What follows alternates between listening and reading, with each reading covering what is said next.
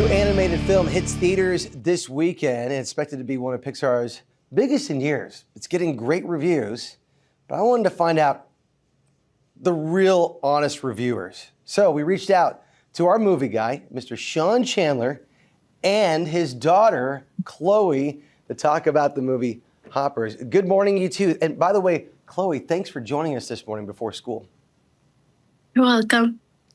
All right. Yes. I had to rush to try and get her ready for school and ready for pickup as soon as we get off the air. Yeah. All right. Well, we're It's going to be a hassle. Look, this is more important than school. We got to talk about this. Hoppers. First off, Sean, this movie, Pixar has been struggling of late. It seems like it's been struggling of late, especially with the last movie, Elio, however you say it. How does this movie come across? Has Pixar returned to form? Yeah, I would say it's an enjoyable film. Is this a new Pixar classic? I wouldn't go there, but is it an enjoyable film that made me laugh more than I was expecting to laugh? Yes, it did. It starts off with a premise that is very reminiscent of Avatar, and the movie even kind of calls out that joke. But about halfway through the movie, it actually does some things where it changes up the dynamic, the formula, goes to some unexpected places, has some heart that I wasn't quite expecting, had a little bit more grace and redemption for some characters that I assumed that it was just going to try and roast and burn the entire time.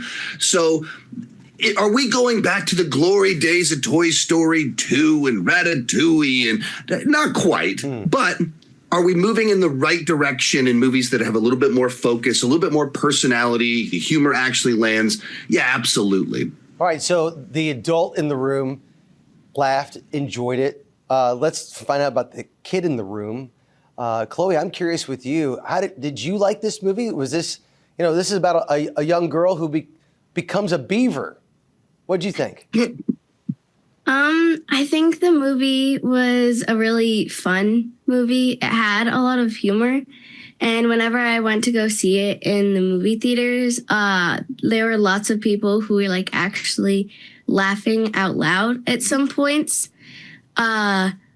I think the plot overall was pretty good, but there were some parts in it where it's like kind of messy and they're just trying to throw things on there and hope that it sticks. So it's a good movie overall, but there are some iffies. I feel like it's really funny that a sixth grader is coming up with these great words talking about the film.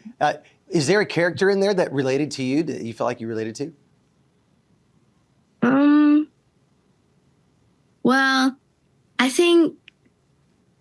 Or just your favorite character? My favorite character would be King George.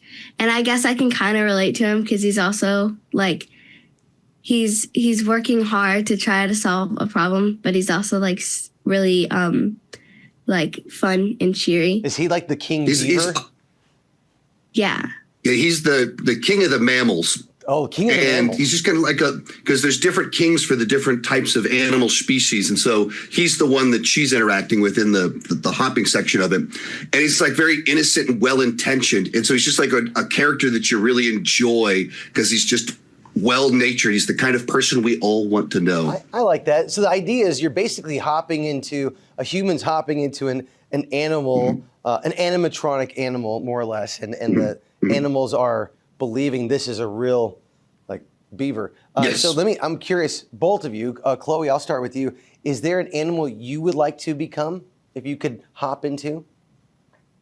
I think I'd want to hop into like a frog maybe because I want to be able to like swim in the water. I feel like that'd feel really nice. And then also be able to like go on land and jump really high. I could just jump onto people. I like that. What about you, Sean? Oh, I'd have to go with some sort of bird or something like that. Flight.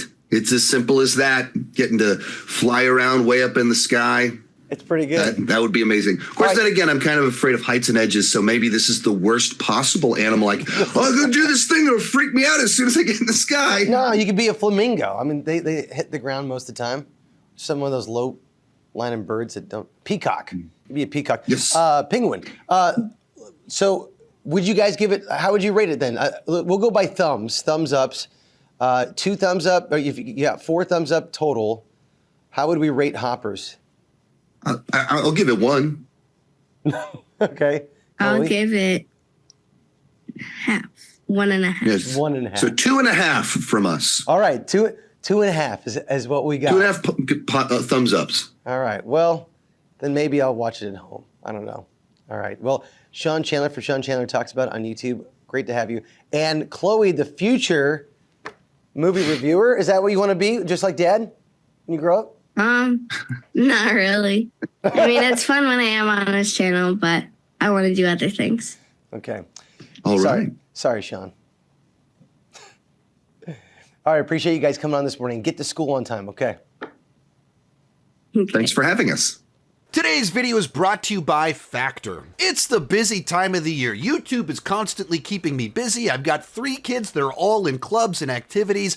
It's tough to find time to cook healthy, delicious meals. Factor makes healthy eating easy with fully prepared meals designed by dietitians and crafted by chefs, so you eat well without the planning or the cooking. Factor has meals that match your goals and schedule, whether that's healthier eating, calorie management, or the one I love, more protein. They have quality, functional ingredients including lean proteins, colorful veggies, whole food ingredients, and healthy fats. Just got back from the gym. We've got queso fundido and ground beef and cauliflower rice, all with over 40 grams of protein. They have 100 rotating weekly meals to keep things fresh and delicious through winter.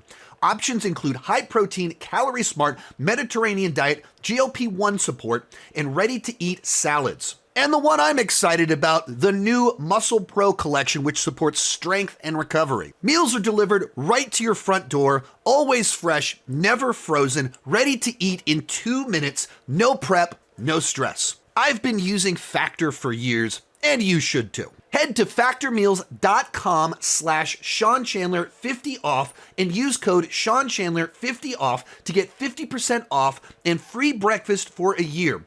Eat like a pro this month with Factor. New subscribers only, varies by plan, 1 free breakfast item per box for 1 year while subscription is active.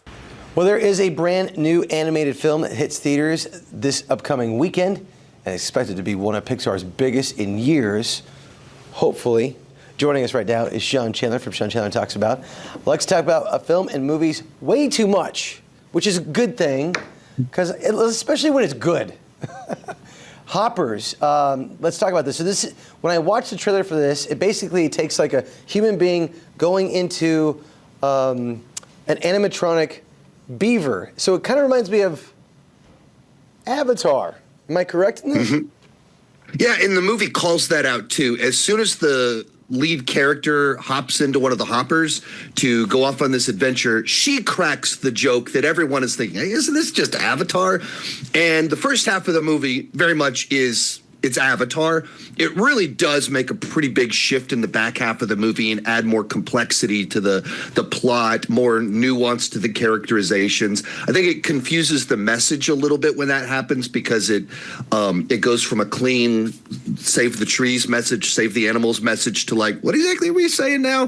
But there is more to it than just simply copying Avatar. Now, we actually had your daughter join us earlier in the show. We talked about this movie, and she liked it more than you did. Would you say this is geared more towards kids? Not necessarily. I mean, I think the way that it kind of plays out some of the complexities of the animal kingdom, the plot involves a mayor trying to do what's best for the city while doing what's not best for the environment and dealing with the consequences of that and not presenting him as just like the evil mustache twirling politician out to destroy the planet.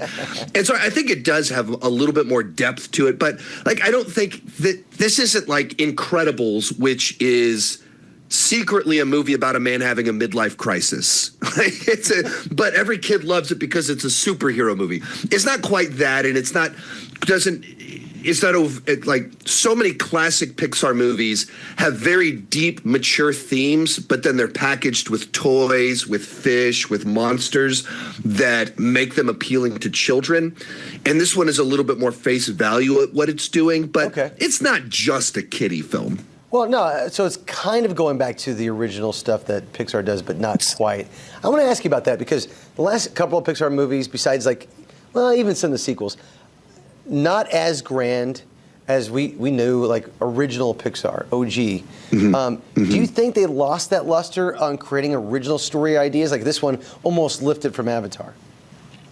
Yeah, I mean, I think that's the consequence of having the type of success that they had. I mean, from 1995 to 2010, they have an all-time great run for a studio. I don't know that any other studio has ever had a run like that of like just very inspired ideas, very broadly accessible, wildly entertaining, deeply emotional, and then you have to keep going.